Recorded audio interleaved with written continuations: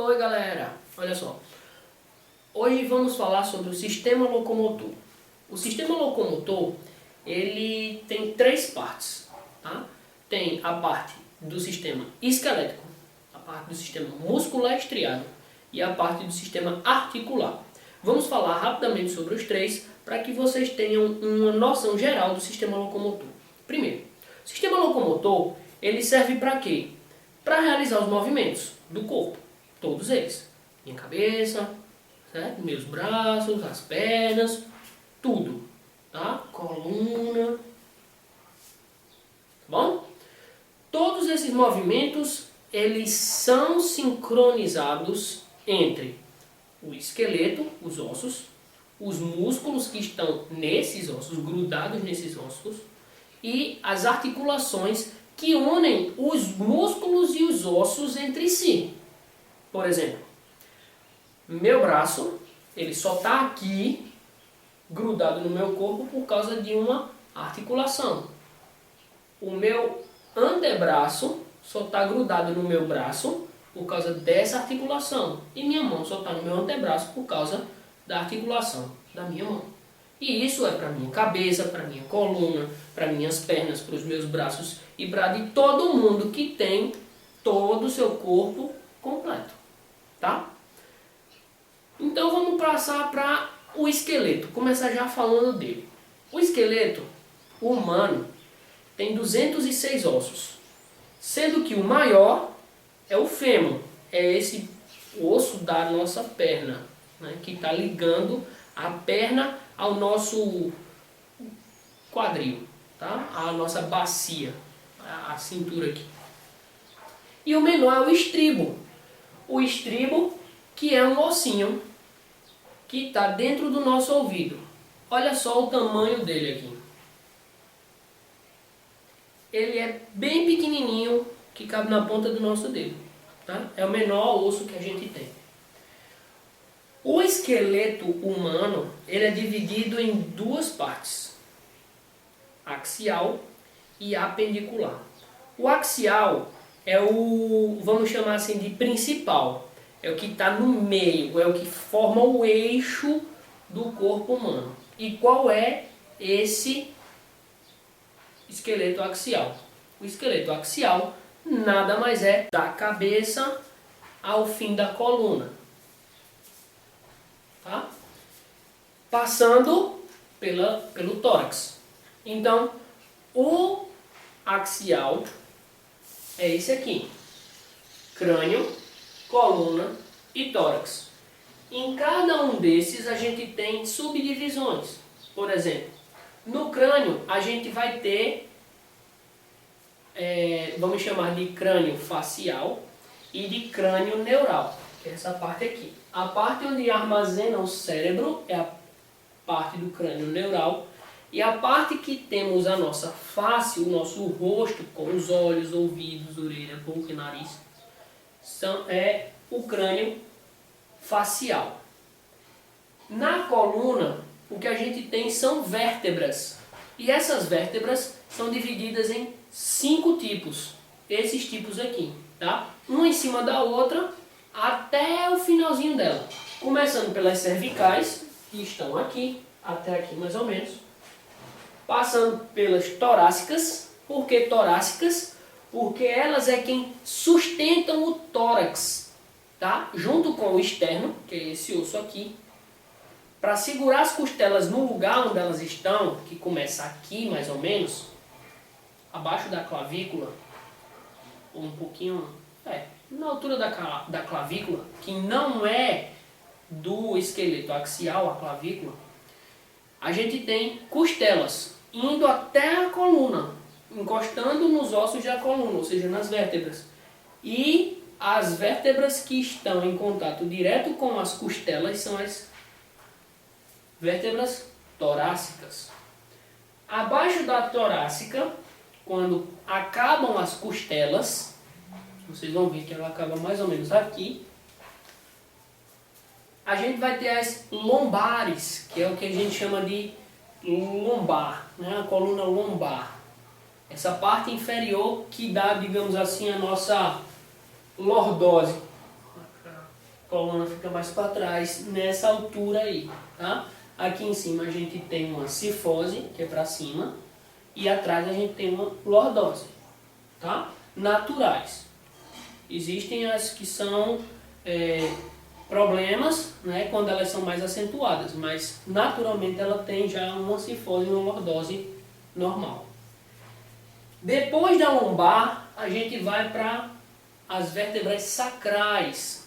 As vértebras sacrais, elas são soldadas umas entre as outras, tá? Entre si, elas são soldadas entre si, formando aparentemente um único osso que forma o sacro. É chamado de sacro porque é o local onde o bebê se aloja quando ele está grande e a mãe vai parir. É chamado de sacro porque sagrado. Sagrado porque vai permitir com que o bebê se aloje no corpo da mãe exatamente nesse osso. Que osso é esse? Aqui atrás, quando você apalpa, um pouco acima da sua bunda, tá? Nesses dois ossinhos que você, quando passa, você sente, é o início do sacro, tá? O sacro é esse aqui, ó. Depois dele, a gente tem a vértebra coxígea. A coxígea é a última vértebra da coluna, que também está soldada no sacro, e a gente não fala nem tanto sacral e coxígea, a gente fala de sacrocoxígea, porque elas estão todas juntas. O cóccix é a última vértebra, é, digamos assim, o início da cauda de um animal, tá? Mas na gente, como não temos cauda, nós perdemos a cauda, o cóccix ficou como a última vértebra, tá? Para o tórax, o que a gente tem é as costelas, que começam aqui assim, mais ou menos abaixo do externo, e vai até mais ou menos a metade do nosso corpo, né? Aqui na região do abdômen. As três últimas costelas, elas não se fecham até o externo, que é a outra parte do nosso tórax. Externo, como eu já havia falado, é esse osso que começa aqui e vem até aqui mais ou menos, tá? É um ossinho aqui, em que as costelas se conectam, elas se tocam aqui junto com cartilagem, tá? Entre as costelas e o externo tem cartilagem e com isso elas se mantêm. As que estão embaixo, que são essas aqui, a partir daqui, ó, a gente tem, deixa eu mostrar, deixa eu ver se eu consigo sentir aqui, tem uma, aqui, essa é a última, aí tem essa outra duas, pronto, essas últimas duas aqui, elas não estão em contato com o externo. As mais embaixo, a terceira, digamos de baixo para cima, ela já tem contato com o externo a partir de cartilagem. Tá? A gente toca, se você tocar aqui, você sente que não é bem um osso, é uma parte rígida, mas não tão rígida, ela é meio flexível, isso é cartilagem. Essa cartilagem está unindo as costelas da terceira, de baixo para cima, até a primeira. Tá? Quanto mais para cima, mais próximo do externo é essa cartilagem e a gente mal sente, tá bom? Sendo assim, a parte axial a gente termina, passa para as apendiculares, são os apêndices superiores, que são os membros superiores, e os apêndices inferiores, que são as pernas, os membros inferiores. Os membros superiores estão conectados ao esqueleto axial pela clavícula e pela escápula. Clavícula, que é esse ossinho que está aqui, ó.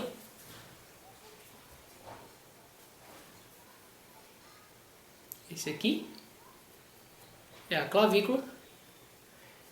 E essa daqui, deixa eu ver se eu consigo mostrar para vocês. Aqui, ó. Tá? Essa daqui é a escápula. Esses dois ossos sustentam o nosso braço no nosso tórax. tá? E dos apêndices inferiores, o que a gente vai ter é o íleo, o isquio e o pubis formando o que a gente chama de bacia. A bacia é onde se encaixa os membros inferiores e o que sustenta todas as nossas vísceras. Vísceras que eu falo são intestino grosso, intestino delgado, parte do fígado se sustenta nele também, os rins estão aqui apoiados também, não está apoiado na bacia, mas está nessa região mais, digamos, abdominal, tá? Tudo que tem no abdômen se sustenta na bacia, que é essa parte mais, né, dos ossos aqui mais abaixo. Finalizando a nossa aula, vamos ver as articulações e os músculos. Bom, os tipos de ossos que a gente tem falado no início, eles podem ser do tipo longos, como é o fêmur, pode ser plano, como a bacia, e pode ser curto, como a patela. Assim como também as falanges, tá? A ponta dos nossos dedos são ossos curtos. Sendo assim, passamos para a articulação. O que são articulações? São os pontos de junções entre ossos, tá? E essas articulações é quem promovem os movimentos. É quem nos faz andar e quem nos faz se mexer, como um todo, tá? Todos esses movimentos são regidos pelo sistema nervoso, mas só são possíveis porque temos articulações, tá? Fazemos movimentos a partir dos tendões e da contração muscular. Vamos falar rapidamente dos ligamentos, dos tendões, das cartilagens, que são exatamente as articulações, ou o que compõe as articulações. Essas articulações elas podem ser imóveis, ou seja, só são junções, tá? Um osso junto com o outro e não há movimento dali, tá? Ali não tem movimento. Por exemplo, no nosso crânio, se você pegar a cabeça de um bebê, você vai ver que logo que ele nasce, poucos dias de nascido, é molinho a cabeça dele. Por quê? Porque os ossos não cresceram ainda, estão crescendo. E entre um osso e outro da cabeça, como a gente viu na imagem do crânio ainda há pouco, existem conexões, junções. Essas junções são de cartilagem e que à medida que a gente cresce, vai diminuindo cada vez mais essas junções, formando uma articulação imóvel, tá? Na anatomia a gente chama de sutura. Existem as articulações semimóveis, que é a da coluna. O que significa isso, professor? Ser semimóvel. É que ela se mexe, mas ela tem algumas limitações. Por exemplo, eu só consigo ir com a minha coluna até um certo ponto. E se eu for para trás também, ou para o lado. O que é que eu não posso fazer? Eu não posso fazer isso aqui, ó, com a minha coluna. Eu não posso fazer isso aqui com a minha coluna. Tá? Ó, eu não posso fazer esse movimento com a minha coluna. Já com as articulações móveis, eu posso. Os braços e pernas fazem esse movimento, tá? Eu consigo levar, trazer, colocar para frente, para trás, girá-los, tá? Esses movimentos são móveis. E a formação desses ligamentos, principalmente dessas articulações, principalmente as móveis, digamos assim, são as mais complexas. Por quê? As semimóveis e as imóveis, elas, primeiro, as imóveis praticamente não tem cartilagem e não faz movimento, então não tenho que estudar muito naquilo ali. As semimóveis, a gente só tem o seguinte, cartilagens entre uma vértebra e outra, chamada discos vertebrais, que permitem com que uma vértebra e outra faça um pequeno movimento, tá? Pequenos movimentos. A gente só faz movimentos maiores, como esse, porque nós temos inúmeras articulações na coluna. Para cada uma das vértebras a gente tem um pouco de cartilagem. Entre uma e outra, entre uma e outra, entre uma e outra. Isso faz com que ela fique mais flexível. Tá? Consiga fazer dobras maiores. Tá? Ó. Essa dobra aqui só é possível por causa de várias vértebras com várias cartilagens. Tá? Uma em cima da outra. Mas o importante aqui é que essas articulações, principalmente as móveis, que são as mais complexas que a gente tem, tá? Elas são formadas por cartilagens, ligamentos, que é tecido conjuntivo, ou também chamados de tendões, e líquido sinovial. Como é que funciona isso? Rapidinho para a gente passar para os músculos e não estender muito a aula. As cartilagens, elas estão nas extremidades dos ossos. Imagina que aqui no meu braço, a gente tem dois ossos aqui no antebraço e um osso nesse braço aqui. Para que esses dois ossos encostem ou cheguem perto desse outro osso aqui, eu tenho que ter cartilagem entre um e outro para que não haja o atrito, porque eles vão fazer esse movimento aqui, eles estão encostados. E para eles poderem fazer esse movimento, tem que ter uma substância nessas pontas para que evite o atrito e o desgaste desse osso. E quem faz isso é a cartilagem, é uma capinha que a gente tem em cada extremidade de cada osso, que quando há um movimento, o contato deles é reduzido por causa dessa cartilagem. Se vocês comem galinha principalmente, vocês podem notar isso na coxa da galinha. Quando pegarem uma coxa de galinha, vocês vão ver na ponta do osso uma maçarocazinha dura, aquilo é a cartilagem. Eu já falei isso para vocês em aulas anteriores. E aquilo dali está em contato com outro osso, que foi retirado, geralmente da perna da galinha, né, que o pessoal arranca.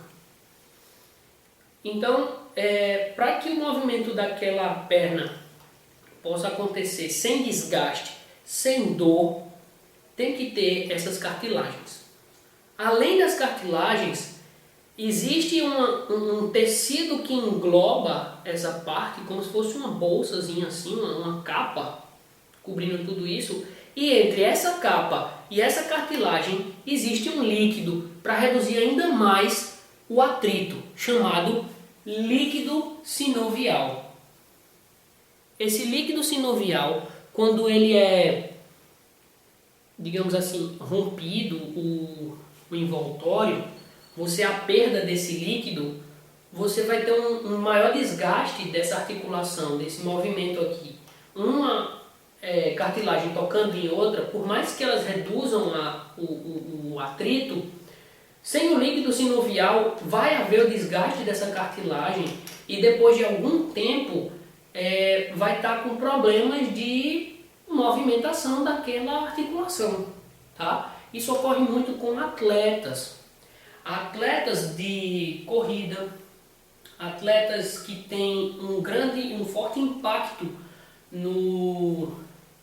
nas articulações, como por exemplo, atletas de ginástica olímpica, atletas de le parkour, atletas de alguns esportes radicais, esportes de impacto, por exemplo, principalmente no joelho, como skate, street, patins street, que é para fazer aquelas manobras e tem muito impacto, né? Basquete, vôlei, futebol, todos esses, se vocês observarem, muitos atletas têm problemas nos joelhos porque o impacto é muito grande, está sempre forçando, está ali sempre, ó, um osso com o outro e as cartilagens fazendo assim, ó. Lógico que não é longe desse jeito, né? Mas é bem pertinho, fazendo movimentos assim, ó. A vida toda. Treinando com muita fé e afinco e com muita força fazendo isso, o tempo todo.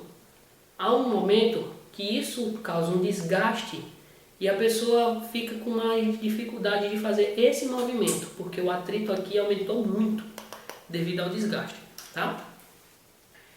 Sendo assim, passamos para os músculos. E a musculatura ela tem basicamente duas funções no nosso organismo. Não é deixar a gente bonito e sarado e musculoso, não. Isso daí é uma terceira função bem terciária assim e colocada pela indústria. Tá? Não tem muito a ver com isso, não. Mas lógico, é importantíssimo para a saúde, mas não é a principal das importâncias. A principal importância de um músculo no nosso corpo, quando a gente está falando de músculo estriado esquelético, as principais funções são sustentar o nosso esqueleto, os nossos ossos, certo? Segurar eles no lugar onde eles estão, permitindo assim que a gente se movimente e também gerar calor. Os músculos, como eles estão o tempo inteiro em movimento, por mais que você esteja parado, vou parar agora aqui. Eu tenho músculo contraído nesse instante. Músculos da minha perna, músculos do meu tórax, músculos do meu braço estão contraídos, por mais que eu esteja parado, sem estar em movimento. Por quê? Os músculos eles são antagônicos. O que significa isso? Quando um está relaxado, o outro está contraído. Quando um está contraído, o outro está relaxado. Vamos lá. Tem algum músculo daqui para a ponta do meu dedo contraído? Quem acha que não, errou. Tem. Esse músculo daqui, por mais que ele aparente não estar contraído, ele está mais ou menos molinho aqui, mas de fato ele está contraído. Há contração desse músculo aqui para que o braço fique assim. Quando eu faço isso daqui, ó, o músculo aqui ele já se mexe. Ó.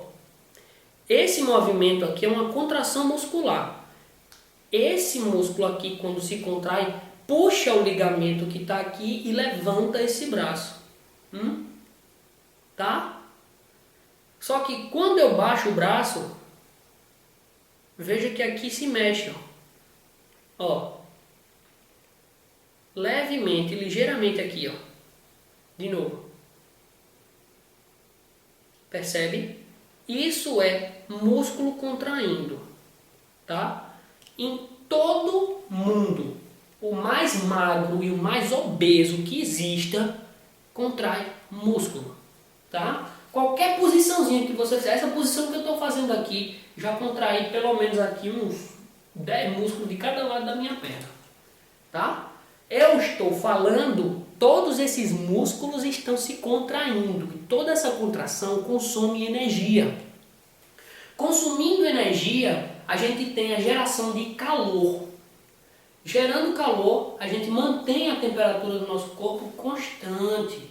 Enquanto tiver nutriente para haver contração muscular e gasto de energia, vai haver geração de calor e manutenção da nossa temperatura em aproximadamente 36 graus. Tá? Foi basicamente isso que eu falei aqui e ainda mostrei já a flexão do braço. Tá? A flexão do braço, na verdade, de todos os membros, tem esse bizu aqui. Ó. Todo músculo que puxa está na frente do movimento ou da flexão. O que eu quero dizer com isso? Vamos de novo para o meu braço aqui, super forte e nada gordo. Tá? Olha só. Todo músculo que puxa está na frente do movimento. Esse é o músculo que puxa. O músculo que solta, digamos assim, que relaxa, está do lado oposto ao movimento. Se o movimento vem daqui, o músculo que solta está embaixo. Se o movimento vem daqui, o músculo que puxa está logo em contato com ele, aqui, ó. Tá? Esse músculo aqui é o que faz esse movimento. Ele se contrai e esse antebraço vem para cá, tá? Essa contração puxa o tendão e o braço vem junto. O antebraço com o osso e os outros músculos vêm junto. A mesma coisa para a mão. Tá aqui, ó. Esse movimento aqui, quem faz são os músculos daqui, ó. Não são os músculos daqui. Os músculos daqui, eles fazem um movimento contrário. Quando eu abro a mão é que eles se contraem. Quando eu fecho a mão, eles relaxam. E esses aqui se contraem. A mesma coisa aqui. Quando eu faço esse movimento, veja que quem se contrai é o antebraço aqui, ó, esse músculo aqui. Ó. E quando eu relaxo, esse músculo aqui é o que se contrai. Ó. Ou quando eu faço o contrário, o movimento contrário, esse músculo aqui contrai e esse músculo ele já relaxa mais. Tá? A perna é do mesmo jeito. Sendo assim, encerramos a nossa aula e vamos aos exercícios. Exercício pessoal. Olha só. Primeira questão. Qual é a função do esqueleto humano e dos outros animais? Lembrando a função do esqueleto e não do esqueletor. Esqueletor, a missão do esqueletor é invadir o castelo de Grayskull. Todo mundo sabe disso. Mas do esqueleto humano e dos animais é outra. Qual é? Me responda. 2. Atletas de diversos esportes, principalmente os radicais, ou de muito contato, precisam usar equipamentos de proteção para evitar contusões. O que acontece com uma pessoa que cai de joelho ou cotovelo no chão, porém sem haver fratura óssea? Essa pergunta aqui, pessoal, eu estou querendo saber o que acontece com a articulação do joelho e do cotovelo. O que acontece? Se machuca, professor? Não, jura? Eu achava que quando caía de joelho e de cotovelo, você ficava mais saudável. É lógico que se machuca, galera. Mas o que acontece no machucado do joelho e no machucado do cotovelo? O que é que acontece? A pergunta é sobre isso, tá? 3. Veja a ilustração que representa o movimento de flexão e extensão da perna. Aqui. Letra A. Explique como os músculos da coxa indicados na ilustração interagem quando a perna é flexionada. B. O que ocorre com esses músculos quando a perna é estendida? Aguardo a resposta de vocês e qualquer dúvida, mandem mensagens pelo WhatsApp ou pela plataforma. Agradeço e continue estudando.